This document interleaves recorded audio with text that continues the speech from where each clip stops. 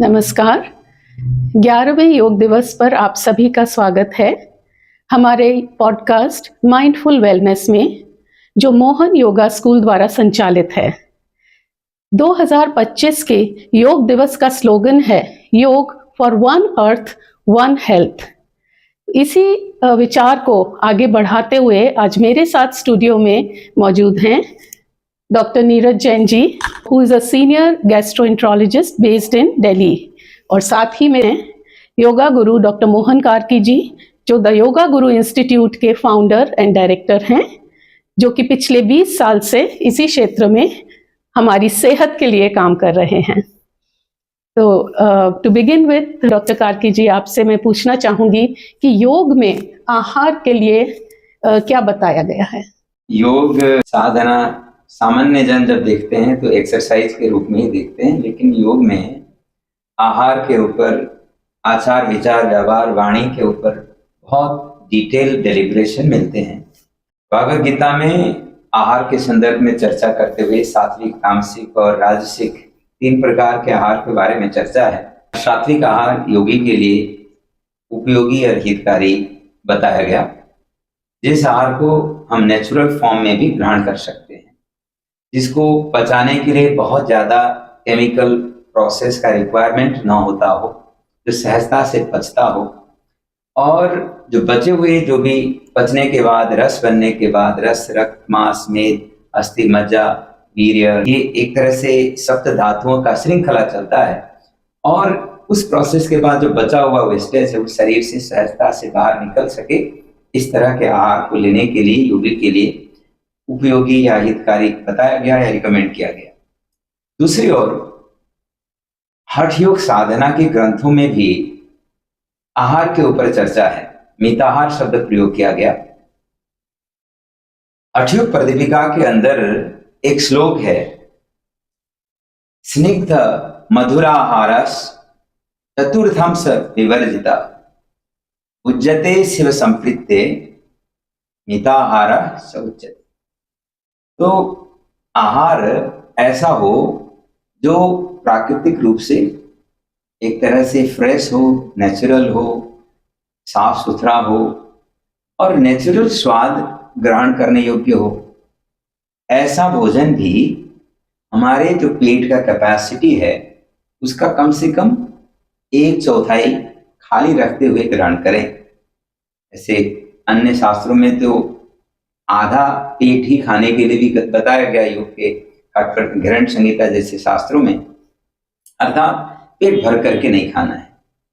इतना ही नहीं, इसके साथ साथ भोजन पहले दूसरों को अर्पण करने के बाद, ईश्वर को अर्पण करने के बाद फिर भोजन करें, तो फिर पूर्ण रूप से मिताहार होगा, शरीर के लिए, मन के लिए, चित्त चेतना के लिए हितकारी होगा। इस तरह से आहार के बारे में योग के शास्त्रों में वर्णन मिलता है। बहुत अच्छे से आपने समझाया गुरुजी।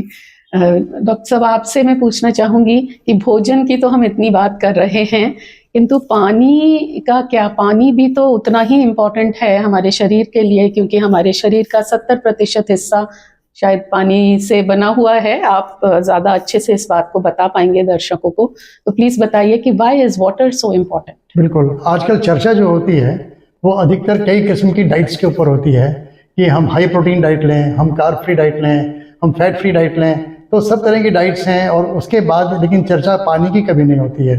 और पानी, जैसे भी आपने कहा कि विश्व में भी अधिकतर जल बना हुआ है और पृथ्वी जो है वो 25-30% ही है, और ऐसे शरीर में भी जल की मात्रा 70 से 75% होती है, और बाकी हमारा सॉलिड शरीर है।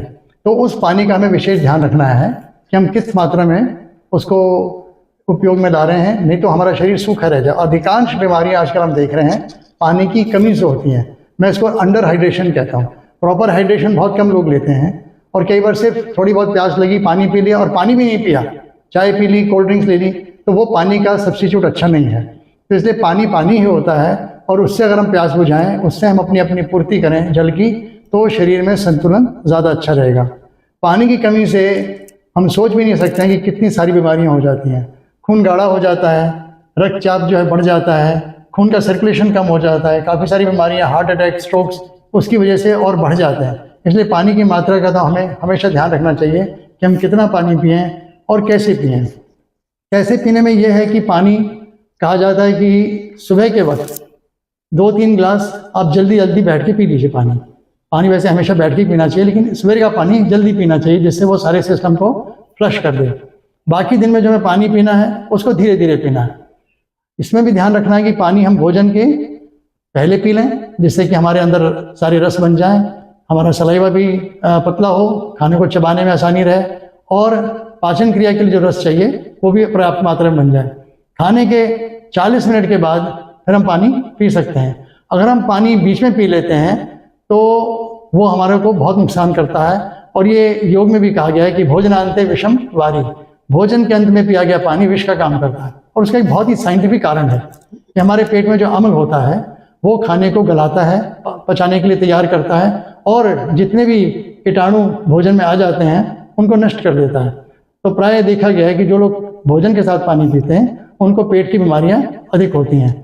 तो पानी बेशक से साफ हो, लेकिन फिर भी जो भोजन में कीटाणु आ जाते हैं जब हम पानी पीते हैं तो वो अमल को ख़त्म करके उन बीमारियों को आगे बढ़ने का मौका दे देते हैं। इसलिए पानी भोजन से पहले या बाद में पिएं, वो धीरे धीरे पिएं, लेकिन सुबह का पानी जल्दी पिएं। तो पानी बहुत ही महत्वपूर्ण चीज़ है, इसको इग्नोर करने से बहुत नुकसान होता है। यूरिक एसिड बढ़ जाता है, किडनी की समस्याएं बढ़ जाती हैं, पथरी हो जाती है। तो पथरी का भी कारण यह है कि पानी जब कम पीते हैं तो पेशाब गाढ़ा होने से पेशाब की पथरियाँ बन जाती हैं। यूरिक एसिड की लोग बहुत चर्चा करते हैं, तो यूरिक एसिड बढ़ जाता है। और खून अगर गाढ़ा होता है तो उसको पतला करने के लिए एस्पिरिन डिस्प्रिन की गोलियां ली जाती हैं, उसके भी साइड इफेक्ट्स हो सकते हैं। तो बेहतर यह है कि पानी पर्याप्त मात्रा में लेके खून को पतला रखें जिससे कि उसका गाढ़ापन से हमको नुकसान ना हो। तो पानी सिर्फ भोजन में ही नहीं है, पानी के और भी सदुपयोग होते हैं शरीर के लिए। बाह्य रूप में पानी को हम भाप के रूप में, पानी के रूप में, बर्फ़ के रूप में भी इस्तेमाल कर सकते हैं। तो कई सारी बीमारियों में पानी का ये भी बहुत बड़ा उपयोग होता है कि अगर हमें गर्मी सर्दी हो जाए, जुकाम हो जाए तो भाप लेके हम बलगम को निकालने में मदद कर सकते हैं। अगर कहीं चोट लग जाए तो ठंडी आइस पैक रख सकते हैं। कहीं सूजन हो, पुरानी सूजन है, तो उसको नमक के पानी से सेक करके उस सूजन को कम कर सकते हैं। तो पानी कई रूप में यूज़ हो सकता है। और बुखार में खास तौर से हम देखते हैं कि शरीर में पानी होता नहीं है और फिर भी लोग बुखार उतारने की दवाइयाँ खा लेते हैं, उससे पसीना आके पानी और कम हो जाता है और कुछ समय के बाद और गोलियां लेने से बुखार कभी नहीं उतरता। तो बेहतर ये होता है कि पानी पीने से, पानी की पट्टी रखने से बुखार को उतारा जाए, उससे कमज़ोरी भी नहीं आती और शरीर जल्दी अपना टेम्परेचर को नॉर्मल करने में उसको मदद मिल जाती है। तो पानी के रूप कई हैं, उसको बाहर से यूज़ कर सकते हैं, पीने के लिए तो खैर पानी होता ही है। और उसको हमें ठंडा पानी यूज़ नहीं करना चाहिए, पानी हमेशा बॉडी टेम्परेचर पे हो या मटके का पानी हो। तो इसलिए अच्छा ये है कि पानी हम सही टेम्परेचर पे पिएं और बहुत ठंडा पानी ना पिएं और आराम से पिएं, तो वो पानी की मात्रा सही रख के ही काम होगा।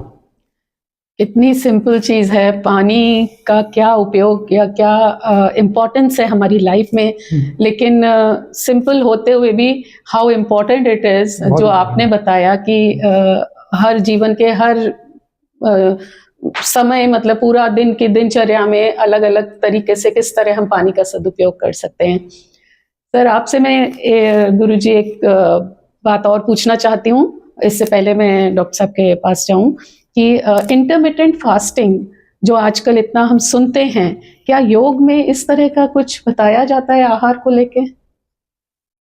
इंटरमिटेंट फास्टिंग के कंसेप्ट को अगर हम देखते हैं तो हमारे ट्रेडिशनल जो शास्त्रों में, मुख्य रूप से आयुर्वेद के शास्त्रों में एक श्लोक मिलेगा, एक भुक्तम सदा आरोग्यम, द्विभुक्तम वरवर्धनम, त्रिभुक्तम व्याधि पीड़ा, चतुर्भुक्तम मृत्युर्भवेत्। तो इसका मतलब ये है कि भोजन बहुत ज्यादा बार लेना उतना हितकारी नहीं है, क्योंकि जब हम ज्यादा बार भोजन लेते हैं तो उसको पचाने के लिए हमारा डाइजेस्टिव सिस्टम जो इंजन है वो कंटिन्यूस एक्टिव रहेगा, लगातार ओवरवर्क करना पड़ेगा, इसको रेस्ट करने का टाइम नहीं मिलेगा। रेस्ट के समय में नॉर्मली सेल्स लेवल पर हीलिंग, रिपेयरिंग, मेंटेनेंस का काम चलता है। अब हम इंजन को कंटिन्यूस एक्टिव रख देंगे तो हीटिंग इफेक्ट आएगा, डिजेनरेशन इफेक्ट आएगा और जल्दी बीमार पड़ेगा। इसलिए अगर सदा आरोग्य रहना हो तो एक ही बार भोजन करें, अगर शक्ति की आवश्यकता हो तो 2 बार भोजन करें, उससे ज्यादा जरूरत नहीं है, ऐसा शास्त्रों में मिलता है। अब आज के समय में जो इंटरमिटेंट फास्टिंग करते हैं, वो कहते हैं कि 14-15 घंटे का फास्टिंग कर लें। तो लगभग इसका कंसेप्ट जो आयुर्वेद का जो श्लोक मैंने बताया, इसके साथ कनेक्ट होता है। एक हिसाब से इंटरमिटेंट फास्टिंग वो आयुर्वेद से ही लिया हुआ समझ सकते हैं। और फास्टिंग का ऐसे भी बहुत अच्छा प्रभाव है। लंघनम परमौषधि, ये भी कहा जाता है कि फास्टिंग अगर हम करते हैं तो हमारे शरीर का डाइजेशन, एब्जॉर्प्शन, एसिमिलेशन का कार्य पूरी तरह से स्मूथ हो पाता है, कंप्लीट हो पाता है। कई बार डाइजेस्टिव प्रोसेस में काम करने वाले ऑर्गन्स, चाहे वो स्टमक का इनर वॉल हो या इंटेस्टाइन का इनर वॉल हो, पैंक्रियाज हो, लिवर हो, इन सबको एक तरह से काम पूरा करने के बाद रेस्ट करने का, रिकवर करने का, रिपेयर मेंटेनेंस करने का समय मिल जाता है, इसीलिए अच्छा है। तो intermittent fasting is not bad. हाँ, इसमें क्या है कि फास्टिंग ब्रेक करते समय अक्सर लाइट चीजों से ब्रेक करें, अर्थात आप 15 घंटे फास्टिंग करते हो, या हम तो 24 घंटे भी रिकमेंड करते हैं। 24 घंटे का अगर फास्टिंग करते हैं तो एक कैंसर रिसर्च हुआ है, बहुत एक तरह से रिकॉग्नाइज है, नोबेल प्राइज भी इसी कैंसर रिसर्च के ऊपर, जहां फास्टिंग के इफेक्ट्स को पता लगाया गया, तो इसमें मिला था। तो अगर हम कंप्लीट फास्टिंग करते हैं, 24 घंटे का मिनिमम फास्टिंग करते हैं, तो कैंसर के सेल्स का एक तरह से डीजेनरेशन करते हुए उसके मतलब हेल्थ को रिजुविनेट करने में, कैंसर को ओवरकम करने में हेल्प मिलता है, ऐसा फाइंडिंग भी है। तो इस हिसाब से intermittent fasting is not bad, लेकिन उसके साथ साथ हम जब ब्रेक करते हैं तो लाइट चीजों से करें। पानी का मात्रा, जैसे डॉक्टर साहब ने कहे कि फास्टिंग के समय में जरूरत के हिसाब से पानी लेते रहें, सो दैट वो फ्लश आउट करने का प्रक्रिया और इफेक्टिव हो जाए। इसमें मैं कुछ जोड़ना चाहूँगा कि अभी जो आपने कहा कि फास्ट के बाद जब उपवास को तोड़ते हैं तो उस टाइम हल्की चीज़ें लें। हमारे पास ऐसे उदाहरण हैं, हमारे अस्पतालों में ऐसे पेशेंट्स आए हैं जिन्होंने 9-9 दिन का उपवास रखा, केवल लौंग का पानी पी के, जेएनयू में अक्सर होता है। तो उसके बाद जब एक तरह का फर्क बनता है घर में कि हमारे बच्चे ने इतना लंबा उपवास रखा, तो हम सबको दावत देंगे। तो उस दिन पक्का भोजन बनता है, पूरी कचौड़ी, बढ़िया बढ़िया पकवान बनते हैं और दावत दी जाती है। और एक किस्सा मेरे पास आया था जिसमें जिस बच्चे ने उपवास रखा था उसने वही दावती भोजन खा लिया और उसका नतीजा परिणाम इतना बुरा हुआ कि उसको पैंक्रेटाइटिस का बहुत बुरा अटैक हो गया और उसकी जान के लाले पड़ गए। बड़ी मुश्किल से वो 20-25 दिन में आईसीयू में रहने के बाद बचा। उसमें उसका 70% से अधिक पैनक्रियाज डैमेज हो चुका था। तो इसलिए ये बहुत ज़रूरी है कि जब हम उपवास करते हैं तो हम ये ध्यान रखें कि अब हम फिर से अपने डाइजेस्टिव सिस्टम को ओवरलोड मिला रहे हैं, तो उसके ऊपर बहुत ज़्यादा जोर ना डालें और धीरे धीरे शुरू करें। तो बहुत ज़रूरी है इस चीज़ का ध्यान रखना। इतनी अच्छी जानकारी हमें मिली है। और डॉक्टर साहब, इसी बात पे मैं ये और पूछना चाह रही थी कि वाटर कितना quantity of water in each day is required for ये बहुत बढ़िया प्रश्न है कि लोगों को आइडिया नहीं लगता। एक तो मुख्य रूप से ये देख सकते हैं, अगर हमारा पेशाब का रंग हल्का पीला या थोड़ा सफेदी की तरफ है तो हम पर्याप्त पानी पी रहे हैं जी। दूसरा एक और भी तरीका है कि अगर हम अपना वजन देखें और हिसाब लगाएं कि उसका 70% कितना है, तो वो पानी का अंश हो गया। तो अगर कोई 100 किलो का व्यक्ति है, उसके शरीर में 70 लीटर पानी होगा। इस पानी को हमें 15 दिन में रिप्लेस कर लेना चाहिए। मतलब महीने में 2 बार उस पानी को हम रिप्लेस कर लें।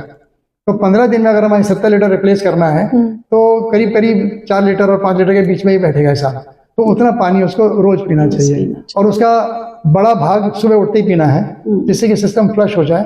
और बाकी सारा दिन खाने से पहले, बाद में, 40 मिनट के बाद और फिर बीच बीच में वो पानी का सेवन। और पानी केवल पानी के रूप में नहीं लिया जाए, उसको और आप छाछ है, लस्सी है, दूध है और सूप है जी। उसके अलावा सौंफ का पानी है, लौंग का पानी है, जीरे का पानी है, ये कई तरह के पानी आप बना के पी सकते हैं। तो पानी की मात्रा पूरी करने के लिए इस चीज़ों से सहयोग मिल जाता है। एक और कारण है कि लोगों को आजकल आरओ का पानी पीना पड़ता है जी। उसमें स्वाद नहीं आता, और जब स्वाद नहीं आता तो वो कहते हैं हमसे पानी पिया नहीं जाता। तो हम उनको यही कहते हैं कि आप सौंफ का पानी बना लीजिए, लौंग का पानी बना लीजिए, अजवाइन का पानी बना लीजिए। इस तरह से आपको स्वाद भी मिल जाएगा और कई तरह से फायदे भी मिल जाएंगे, जिनको आजकल हर्बल टी भी कहा जाता है। हर्बल टी कह देते हैं या डिटॉक्सिफाइंग वाटर भी कह देते हैं, तो वो सब उसमें गुण आ जाते हैं।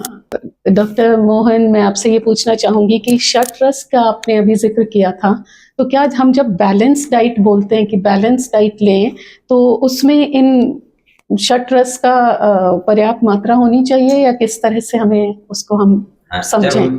जब हम लोग फुल मील लेते हैं, फुल मील अर्थात मुख्य रूप से ब्रेकफास्ट में तो लाइट चीजें हम रिकमेंड करेंगे, लंच या डिनर में अगर फुल मील लेते हैं तो इसमें षड रस इंक्लूड हो, इस बात को सुनिश्चित करें। तो हेल्थ के हिसाब से ये बहुत उपयोगी होगा, हेल्पफुल होगा। और कई बार देखा जाता है छोटे बच्चे ज़्यादा मीठे चीज़ें ही पसंद करते हैं, कड़वी तो उनको बिल्कुल ही पसंद नहीं आता। और बड़े लोग जब डायबिटीज हो गया या प्रॉब्लम बढ़ गए तो मीठा पूरी तरह से अवॉइड करते हैं, इवन मीठे फल को भी वो जहर समझने लगते हैं। ऐसा नहीं करना है, ये सभी रसों को इंक्लूड हो जाए इस तरह से नेचुरल फॉर्म में, वो भी स्पेशली मीठा जो प्रोसेस करके बना हुआ मीठा नहीं रिकमेंड करेंगे। जो नेचुरल जो मीठा होता है ये भी हितकारी होता है, स्वास्थ्यवर्धक होता है, इस बात को ध्यान में रखेंगे।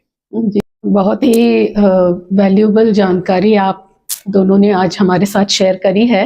मैं चाहूँगी कि हमारे व्यूअर्स के लिए आप लोग कोई एक टिप ऐसा दें जो कि हम अपने डेली रूटीन में जिसको हम शामिल कर सकें, ऐसा कोई health tip, wellness tip. Doctor साहब आप दीजिए पहले। नहीं, मैं यही कहूँगा कि पानी को इग्नोर ना करें, उसको मद्देनजर ना करें, ये बहुत ज़रूरी चीज़ है, लोग इस पे ध्यान नहीं देते हैं। तो पानी पर्याप्त मात्रा में पीना बहुत ज़रूरी है, आप देखेंगे आपकी काफ़ी सारी बीमारियाँ ठीक हो जाएंगी। और जो आरओ का वाटर है, काफ़ी सारे लोग उसी पे आजकल निर्भर हैं, ध्यान रखें कि उसका TDS यानी कि टोटल डिजॉल्व सॉलिड जो उसके अंदर है बहुत कम ना हो, नहीं तो उसकी जो पानी की गुणवत्ता है बिल्कुल ही ख़त्म हो जाती है। गंगा का वाटर अगर हम उदाहरण लें तो उसका TDS 300 के नज़दीक होता है, और लेकिन हमारे पास जो लोग आते हैं उनका घरों में जो पानी की सप्लाई आ रही है उसमें इतने ज़्यादा TDS लेवल है, 1000-2000 है, उसको कम करते करते वो 40 पे ले आते हैं। इतना कम भी अच्छा नहीं है, उसको 100 के आसपास रखें, हो सके तो 150 तक रखें अगर उसका स्वाद नहीं खराब हो रहा है। तो आप पानी पीजिए, अच्छा पानी पीजिए, नेचुरल पानी मिलता है सबसे बढ़िया है, कुएँ का मिलता है और भी अच्छा है। लेकिन अगर कुएँ या नदी का पानी नहीं मिल रहा है तो जो भी पानी है आरओ के पानी को आप यूज़ करें, तो उसका TDS थोड़ा हाई रखें और फिर उस पानी को मटके में डाल के उसकी गुणवत्ता थोड़ी सी और बढ़ा लें तो आपको लाभदायक होगा। मेरे तरफ से टिप्स यही है कि आप एवरीडे योग करें। ऐसे भी योग दिवस है आज, तो एवरीडे योग का अभ्यास चाहे आप सुबह कर लें या शाम को कर लें। कई बार लोग कहते हैं कि सुबह करने के लिए समय एडजस्ट नहीं बन पाता है, तो आप शाम को भी कर सकते हैं। बस खाना खाने के बाद कम से कम 3 घंटे का गैप मेंटेन करते हुए आप शाम को भी योग कर सकते हैं। अगर आप 1 घंटे का योग नहीं कर सकते हैं तो आधा घंटे का करें, आधा घंटे भी नहीं कर सकते हैं 20 मिनट का करें, लेकिन जरूर योग का अभ्यास कर लें। पूरे शरीर को क्रियाशील करने की ओर ध्यान को केंद्रित करें। पूरा शरीर अगर क्रियाशील होता है तो रक्त संचार अच्छी तरह से होगा, न्यूट्रिशन ऑक्सीजन का सप्लाई शरीर के कण कण तक पहुंचेगा, और उसके साथ साथ सेलुलर डिटॉक्सिफिकेशन का कार्य भी एफिशिएंटली होगा, जो आपके एजिंग प्रोसेस को स्लो डाउन करने के लिए बहुत हेल्प करेगा। और जब रोज योग का अभ्यास करते हैं तो आपका एक्सटर्नल सिस्टम के साथ साथ इंटरनल सिस्टम में भी बहुत अच्छा इफेक्ट आएगा। आपका ओवरऑल हेल्थ अच्छा होगा, फिजिकल हेल्थ अच्छा होगा, मेंटल हेल्थ अच्छा होगा, इमोशनल हेल्थ अच्छा होगा, ओवरऑल अवेयरनेस लेवल बढ़ेगा, स्पिरिचुअल रियलाइजेशन की ओर आगे बढ़ सकते हैं। जब स्पिरिचुअल रियलाइजेशन की अवस्था आप प्राप्त करते हो तो अनंत आनंद, अखंड आनंद, अविरल आनंद के भाव में जी सकते हो। ऐसे में आप चाहे कोई भी काम करें वो फिर सहज हो जाता है, एफिशिएंट हो जाता है। आपके कर्मों के क्षेत्र में भी ये अच्छा परिणाम प्राप्त करने के लिए सहायक होगा। बस इतना ही कहते हैं कि रोज योग करें। Thank you very much sir, thank you very much doctor साहब। इतना इंसाइटफुल, इतना इंफॉर्मेटिव प्रोग्राम आज हुआ है और बहुत सारी जानकारी हमारे व्यूअर्स को मिली है। तो इतने आप बिजी शेड्यूल से आपने हमारे लिए समय निकाला, इसके लिए मैं पूरी टीम की तरफ से आपका फिर से एक बार धन्यवाद करती हूँ। Thank you.